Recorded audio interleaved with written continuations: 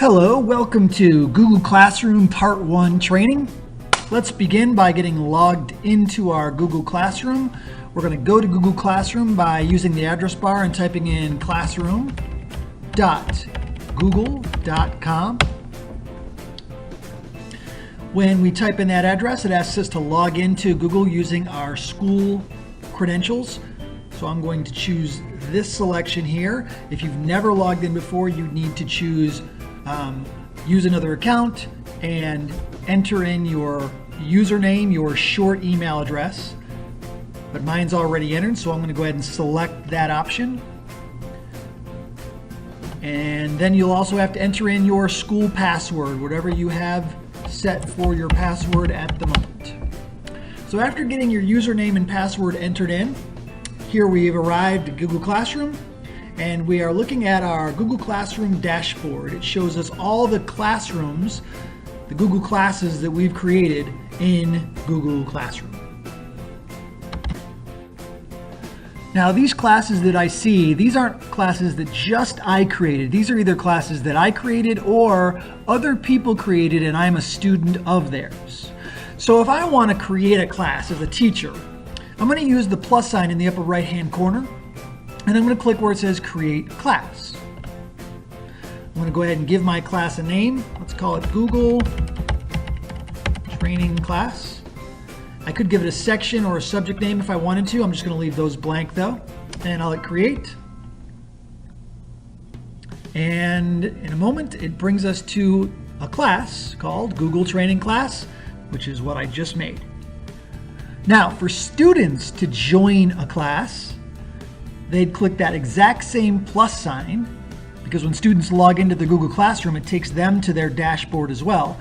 They'll click that plus sign, and they won't even have a Create Class option. All they'll have is a Join Class option. So they'll click that, and then they'll enter in whatever class code you've given them, and then they'll click on Join. And the student then will be joined to your Google class and able to receive any announcements or assignments or questions that you ask them through the Google Classroom. Now, when I'm in one of my Google Classrooms, if I want to go back to my dashboard, I'm going to use this little icon in the upper left-hand corner. I call it the 3 hot dogs. So we're going to click on this little menu option, and this option takes us directly to our dashboard where we can go back and select or go into any of the other Google Classrooms that we've either created or that we are members of. Let me return back to the class I was just in. Go back to that menu.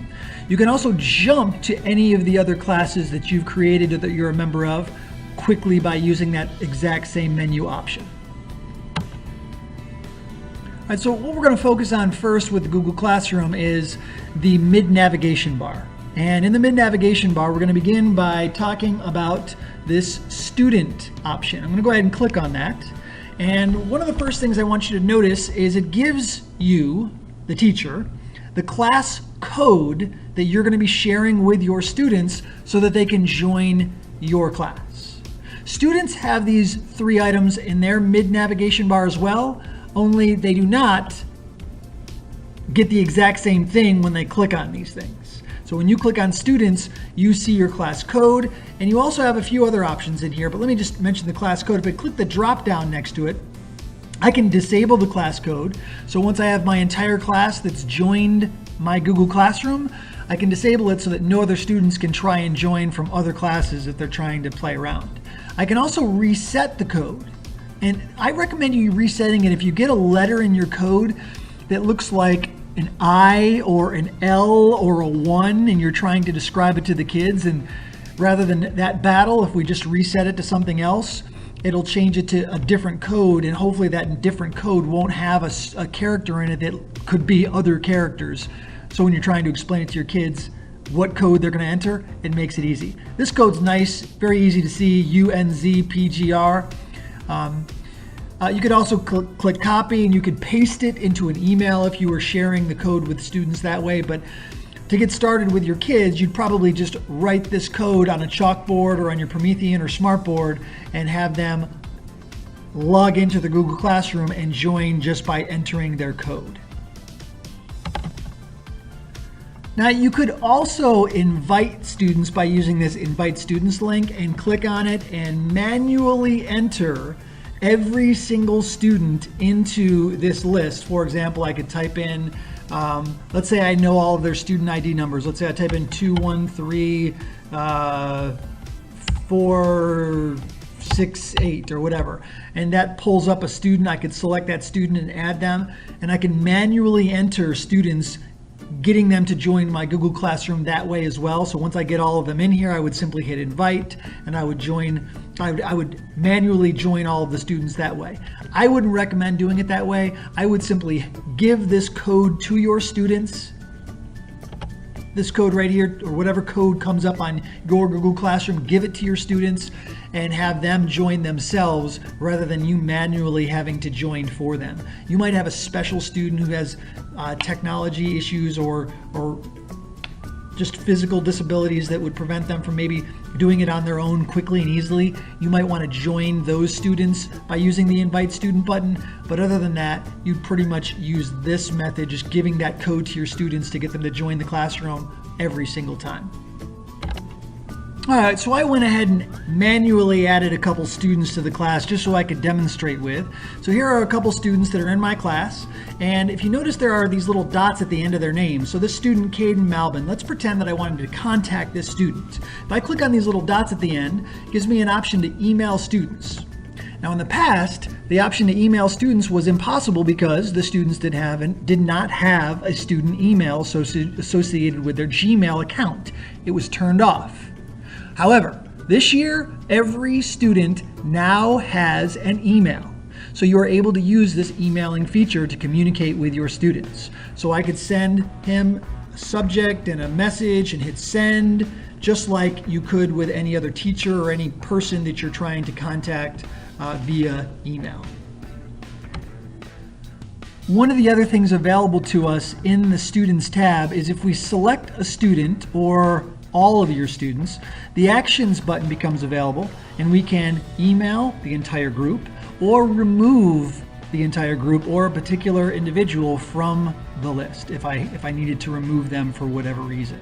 So the Actions button is a nice handy feature to use to manage the enrollment into your class and also to contact students that are in your class. All right, so we're going to leave the Students option in the mid-nav and we're going to go to the About option. So when I click on the About option, there's a couple things that I wanted to point out in here as well. Right now, I'm the only teacher that's associated with this class that I created. But if I click over here where it says Invite Teachers, I can invite fellow colleagues to be a co-teacher with me in this class. So this is a real Google Classroom that I'm using and I have students enrolled in it. And let's say a teacher is co-teaching the class with me, I would invite them to be able to use this Google Classroom to be able to communicate with the students just as I would. Something else to take note when we're in the About option in the mid-nav is there is a folder called Google Training Class 2017 that now lives in my Google Drive. That's right, every single class that you make in Google Classroom, Google creates a folder for it and puts it in your Google Drive. So there's a folder in my Google Drive for this class and I could put stuff in it for me to use later on.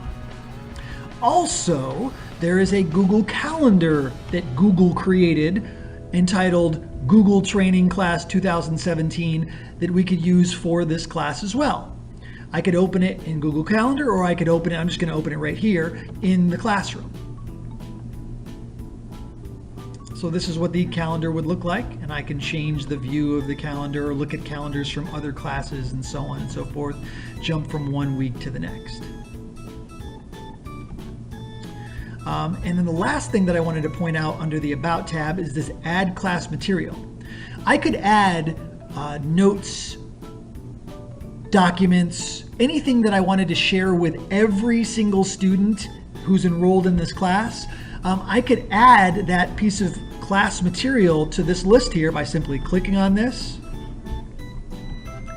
giving it a title. attaching a document, whether it's a local document saved on my desktop, for example, something that might be in my Google Drive, a YouTube video perhaps, or even a link to a website, and then just hit post, and it would show up in a list in this About area in Google Classroom. So every student who's enrolled in this class could get to materials by simply going to About and looking through that list of materials. That might be a good place to put your class expectations or any documents that you want students to be able to access very quickly and easily. All right, so the last element in the Google Classroom is the stream. As far as in the mid-nav, I mean, it's the stream. And the stream is probably the most important part. Let me cancel this.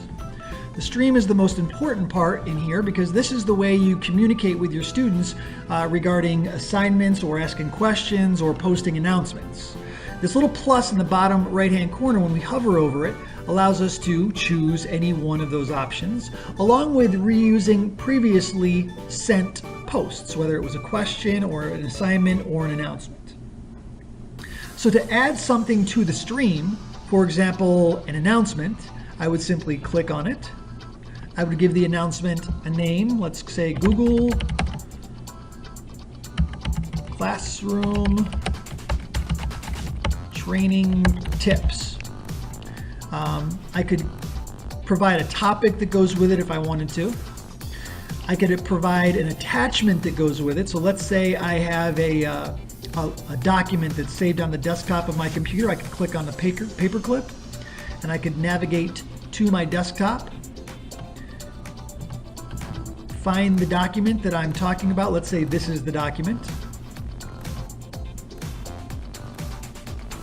and upload it as an attachment to this announcement. So there's the document that the students would be able to open when they went into their Google Classroom and saw this announcement posted in the stream. The last thing, right now it's going to all students who are in this class.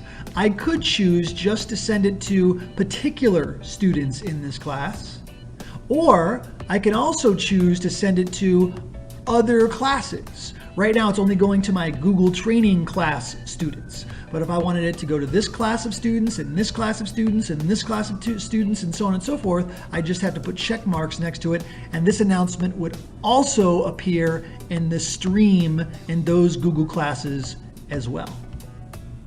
So after I press the post button in the stream, I see the post that I just created. Google Classroom Training Tips. Here's the document that got attached with it. And also it has an area on here for students to add any comments. All right, that does it for the Google Classroom Part 1 training. We'll see you in Google Classroom Part 2.